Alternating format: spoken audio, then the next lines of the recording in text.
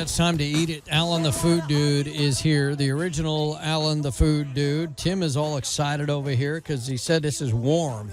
It is. Allan brought us something warm to eat. And got you something warm, and it might even be green. Woo!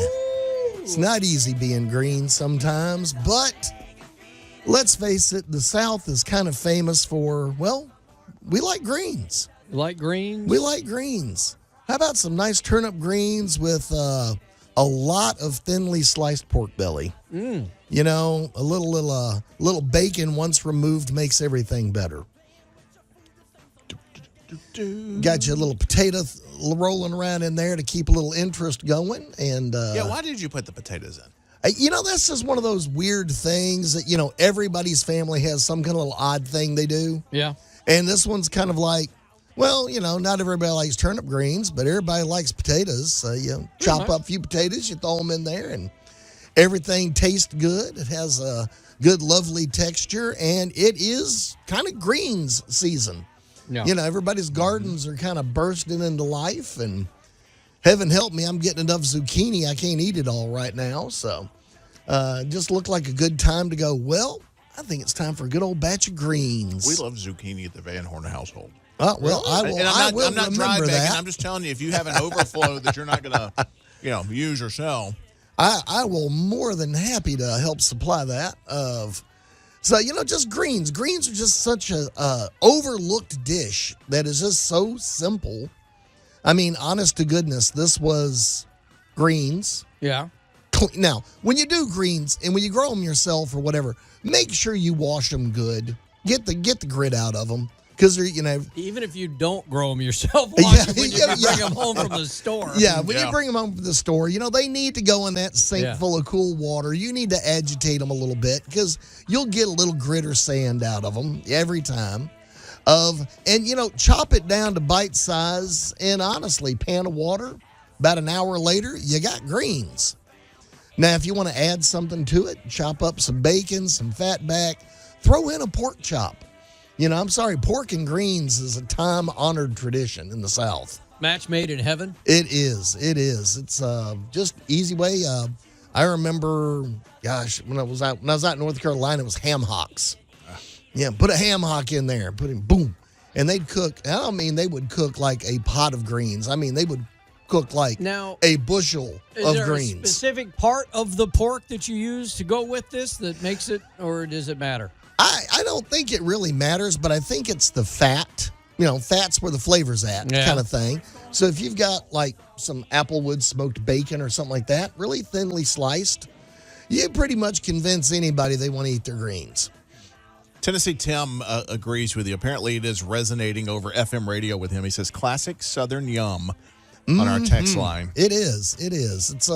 It's such a simple dish, and everybody goes, well, which greens do you prefer? You like mustard greens or turnip greens? You're like, yes, you like greens. Yeah. Tell us about the mustard green.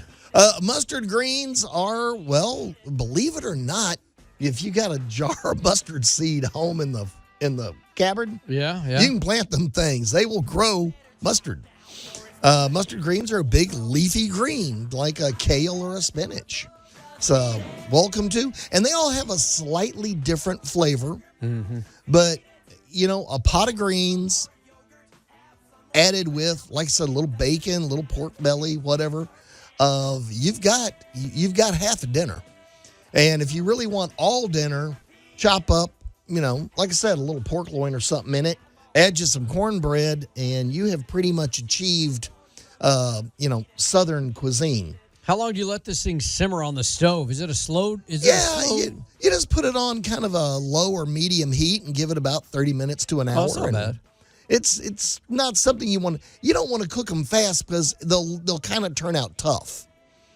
You know, like the stems. You know, if you give them about 30 minutes at a low medium heat, they soften up but it still has a little texture. And just for the record, there was zero crunch in this, but I still enjoyed it. Yeah, well, there's not supposed to be crunch in this dish. I hate to tell you, man, not every dish is about the crunch. Put a celery in there or something that's got a crunch to it. Yeah, I think that's against the law, Ditch. Croutons. Maybe, yeah. Well, next time I'll give him a little bag of French croutons to go with it. Or fried onion strings. I like my cheese. I like my crunch, Alan. You do. It's not coming from the bacon. It's got to come from somewhere else. Yeah, it's not going to come from the bacon after you boil it for 30 minutes. Alan, the food dude. What are your neighbors asking you for these days? Tim was dry begging you for some zucchini. Well, zucchini is coming along.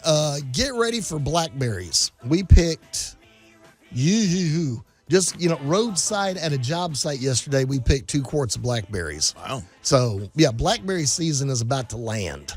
So. Alan's the kind of guy who'll be going around places and, oh, look, there's a blackberry bush. Pull over. And he gets out his bucket and goes and starts to pull berries off until the train blasts him as it flies by. Yeah, that's all right. Yep. He sees berries the way you see crooked utility poles. That's right. Yep. It is a honed skill, finely tuned. Once you see him, you can't unsee him. Oh, that's true. That's like when you're driving through any place near the coast. We call them Dr. Zeus trees. And that's anything where the wind has done something weird with them. Mm-hmm. The minute you begin seeing them, it's kind of like, oh, look, there's one.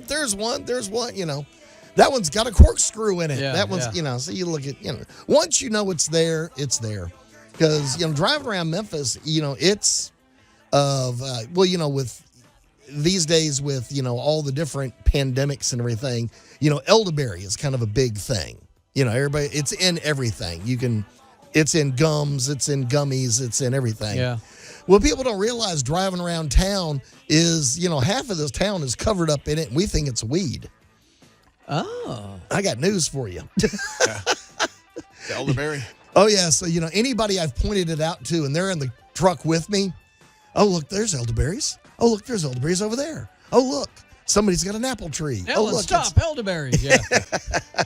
All right, You'd be surprised, guys. They can You'd be learn surprised. more about Alan, the food dude. Where does the audience? And by now you got to know, but there's newbies every day. Oh yeah, and that would be at thecookingtodayshow.com. They can follow along with little kitchen shenanigans over there.